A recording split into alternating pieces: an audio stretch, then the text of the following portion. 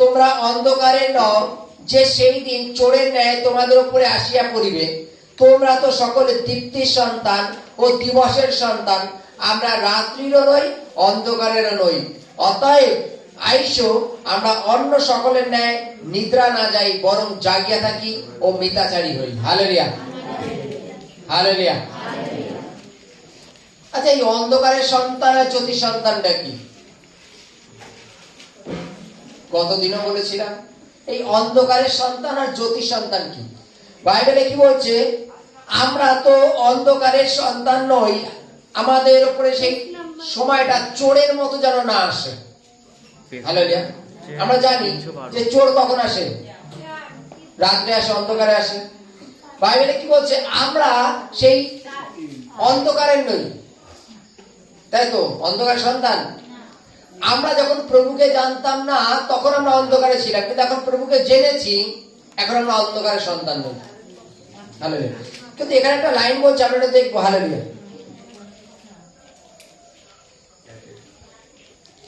6 আমরা পড়বো, 5 আর 6 মাঝখানে। আমরা তো সকলে দীপ্তির সন্তান ও দিবসের সন্তান। আমরা রাত্রিরও নই, অন্ধকারেরও নই। আমরা রাত্রিরও সন্তান নই, অন্ধকারেরও সন্তান নই। হালেলুয়া। পেয়েছি আমরা? অতএব আইসো, আমরা অন্য সকলের ন্যায় নিদ্রা না যাই। হালেলুয়া। বলছে আমরা রাত্রিরও না, আমরা অন্ধকারেরও না, আমরা দীপ্তির সন্তান। আমাদের মধ্যে আগে অন্ধকার ছিল, সেই অন্ধকারটা সরে গিয়ে আমাদের মধ্যে আলো উদিত হয়েছে, যে আমরা সত্যময়কে জানতে পেরেছি। বাইবেলে যদি জোন অধ্যায় দেখি, তোমরা সত্যকে জানিবে আর সত্য তোমাদের স্বাধীন করিবে। পরাধীন কথার অর্থ কি? অন্ধকারে থাকা। কিন্তু স্বাধীন হওয়ার কথার অর্থ কি? সত্য পথে চলে আসা, অন্ধকার থেকে বেরিয়ে আসা। বাইবেলে বলছে আমরা অন্ধকারেরও নই, রাত্রিরও নই। আমরা জানি মন্দতা আমাদের প্রত্যেকের জীবনে কিভাবে কাজ করে, আমরা সকলে জানি। মনে করো, মানে উদাহরণস্বরূপ বলি, যে আমরা কিছু কিছু ক্ষেত্রে যখন আমরা দীপ্তির সন্তান হয়েছি, আমাদের ভাবনা চিন্তাও দীপ্তির মতো হওয়া প্রয়োজন। কিছু কিছু ক্ষেত্রে আমাদের মনে করো কারোর উপরে, পারিবারিক কারোর উপরে হয়তো কখনো যদি রাগ হয়, ক্রোধ হয়, আমাদের মধ্যে এটা মাঝে মাঝে ভাবনা চলে আসে কারোর কারোর, যদি আমি প্রভুতে না থাকতাম তোকে দেখে নিতাম। হয়তো নাকি? যদি প্রভুতে না থাকতাম আমি তোকে দেখে নিতাম, তার মানে কি? আমি পুরোপুরি পরিবর্তন হইনি। হালেলুয়া। আমি পুরোপুরি পরিবর্তন হইনি। প্রভুর প্রেম আমাকে কি শিক্ষা দিয়েছে? যেন আমরা মন্দতা থেকে ফিরে আসি। আর আমরা যদি বলি, যদি আমি প্রভুতে না থাকতাম তোকে দেখে নিতাম। হালেলুয়া। আমরা এখনো অন্ধকারে রয়েছি যদি এইরূপ ভাবনা আমাদের মধ্যে থাকে। হয়তো কোনো কারণবশত শক্তি কাটিয়ে তার সাথে পারছি না, এটা বলে আমরা স্টপ হয়ে যাই। বাইবেলে বলছে আমরা যখন সত্যময়কে জেনেছি, আমরা এখনো না অন্ধকারের না রাতের, আমরা এখন দীপ্তির সন্তান। আমাদের মধ্যে সেই ঈশ্বর তার আলো উদিত করেছেন যেন আমরা মন্দতা থেকে ফিরে আসি, ভালো মন্দ জানতে পেরেছি, বুঝতে পেরেছি। যেমন আগে আমরা মন্দতায় চলতাম বলে অনেক কিছু নিয়ম কানুন পালন করতাম। হালেলুয়া।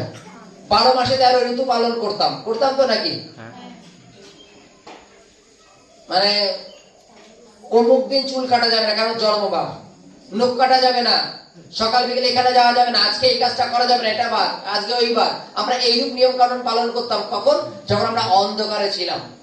কিন্তু এখন আমরা দীপ্তির সন্তান, সত্যময়কে জেনেছি। আর বাইবেলের কাছে ঈশ্বর প্রত্যেকটা দিনই আমাদের জন্য পবিত্র আর উত্তম বানিয়েছেন। হালেলুয়া। আমাদের প্রত্যেকটা দিন তিনি উত্তম আর পবিত্র বানিয়েছেন। ফলে আমরা কোনো একটা দিনকে খারাপ বলতে পারি না, কোনো একটা সময়কে খারাপ বলতে পারি না, কোনো একটা মুহূর্তকে খারাপ বলতে পারি না। হালেলুয়া। বাইবেলে কি বলছে? অতএব আইসো, আমরা সেই অন্ধকারের লোকের মতো যেন নিদ্রা না যাই। দৃষ্টান্ত স্বরূপ একটা লাইন বলেছে যে একটা বিবাহ বাড়িতে 5 জন সুবুদ্ধি আর 5 জন নির্বুদ্ধি মহিলা ছিল, জানো তো? পড়েছে তো বাইবেল? দুজনে বাইবেলের কাছে বর আসতে দেরি বলে তারা শুয়ে পড়েছিল। সুবুদ্ধিরা তেল নিয়েছিল সঙ্গে, আর নির্বুদ্ধিরা ন্যায় নিতে। তারা যদি ওই মুহূর্তে নিজেদের জন্য প্রস্তুত রাখতো, তাহলে বর এসে তাদের সঙ্গে নিয়ে যেত, কিন্তু বর যখন আসলো তখন তারা নিদ্রা ছিল, এবং যখন উঠলো তখন দেখছে তাদের তেল শেষ হয়ে গেছে। বাইবেলে বলছে আমরা জগতের লোক এখনো নিদ্রায় যাওয়ার কথার অর্থ কি বুঝি? চলো সময় এখনো দেরি আছে, প্রভুর আসার সময় দেরি আছে, চলো জগতের রঙ্গরস মত্ততায় মেতে থাকি, যখন সময় আসবে তখন আমরা জেগে উঠবো। বাইবেলের কাছে প্রভু কখন আসবেন আমরা কেউ জানি না। চোর যেমন কোনো বাড়িতে চুরি করতে আসে, কখন আসে কেউ জানে না।